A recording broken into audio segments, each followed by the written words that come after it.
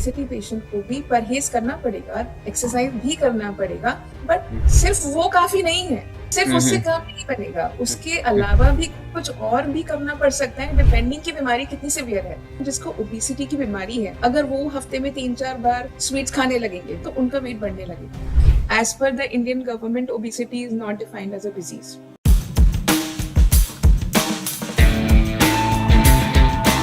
हमारे देश में ओबेसिटी की क्या प्रेवलेंस है, कितने लोगों में कितने लोगों को ओबेसिटी है, और दूसरा चीज कितने लोग हैं जो लाइफस्टाइल के कारण से मोटे हैं और कितने लोग हैं जो सचमुच उनको एक बीमारी है। बीमारी तो दोनों ही बीमारी है, अगर वजन ज्यादा है तो अपने आप में दोनों बीमारी है, लेकिन जिसका एक कोई पैथोलॉजिकल कारण है, कुछ ऑर्गेनिक कारण है। टोटल आप परसेंटेज अगर देखेंगे तो जो भी 2021 का जो डेटा अवेलेबल है उसके हिसाब से हमारी कंट्री में 5 में से 1% को 5 में से एक आदमी, हर 5 आदमी में से एक आदमी को मोटापा है। 24% women and 22% men are either overweight or obese.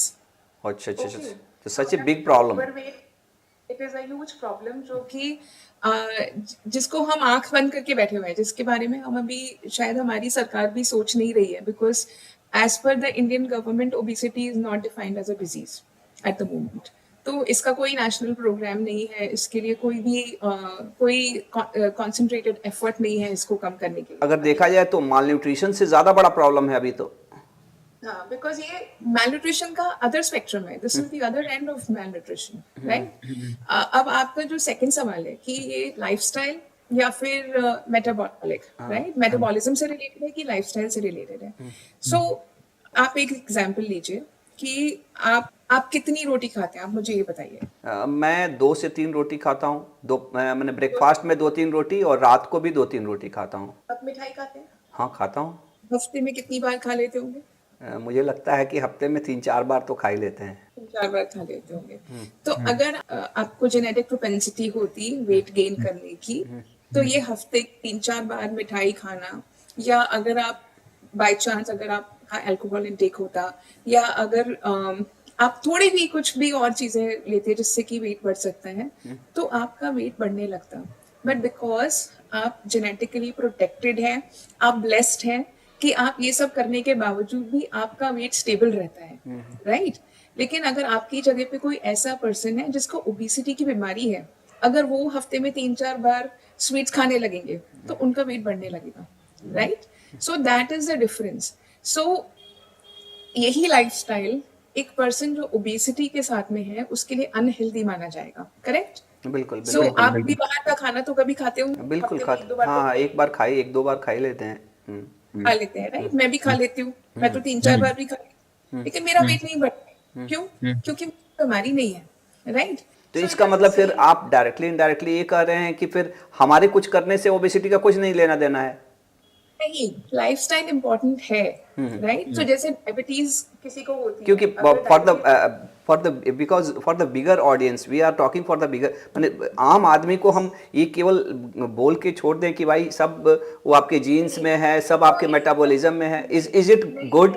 No, what I am trying to say is कि आप इसको सोचिए कि सेम चीज आप ओबेसिटी की जगह डायबिटीज पे रिप्लेस कर दीजिए। अगर किसी पर्सन को डायबिटीज है तो हम उनको ये तो नहीं कहेंगे ना कि आप अपनी डायबिटीज को अपने आप ही ट्रीट कर लीजिए। अच्छा, हम बात उनको है। बोलेंगे ना कि आप दवाई लीजिए, लेकिन आपको परहेज भी करना है क्योंकि आपको ये बीमारी है, राइट? परहेज करना पड़ेगा, एक्सरसाइज करनी पड़ेगी। सिमिलरली ओबेसिटी पेशेंट को भी परहेज करना पड़ेगा, एक्सरसाइज भी करना पड़ेगा, बट सिर्फ वो काफी नहीं है, सिर्फ उससे काम नहीं बनेगा, उसके अलावा भी कुछ और भी करना पड़ सकता है, डिपेंडिंग की बीमारी कितनी सीवियर है। अगर सिर्फ ओवरवेट है, अगर 5 या 7 किलो ही वजन ज्यादा है जितना आइडियल बॉडी वेट से होना चाहिए, तो आपको सिर्फ लाइफस्टाइल मॉडिफिकेशन, एक्सरसाइज, डाइटिंग से आप वजन कम कर सकते हैं। लेकिन अगर आपका वेट 25 किलो ज्यादा है आपके आइडियल बॉडी वेट से, तो आपको शायद दवाई की जरूरत हो सकती है या किसी और थेरेपी की जरूरत हो सकती है। लेकिन अगर आपका वेट 60 किलो ज्यादा है आपके आइडियल बॉडी वेट से, तब आप थोड़ी ना सिर्फ एक्सरसाइज से अपना वेट कम कर सकते हो। यस, मैंने फॉर द बिल्कुल आपका मैसेज अभी बिल्कुल क्लियर है कि अगर आप ओवरवेट हैं then you can go for कि आप अपना जीवन शैली में बदलाव करें, आप खान पान में ये करें, थोड़ा सा फिजिकल एक्टिविटी करें। लेकिन अगर आप सचमुच ओबेसिटी में चले गए जहाँ जहाँ गैप बहुत ज़्यादा है, तो इस सारी चीज़ें से कोई फ़ायदा होने वाला नहीं है। You have to consult a doctor and you have to go for even medicine और सर्जरी, जो भी ज़रूरत है वो करना पड़ सकता है। ये आप सोचेंगे कि केवल हम खा पी के और एक्सरसाइज करके हम अपनी चीज़ों को अच्छा कर लेंगे, दैट इज़ नॉट गुड।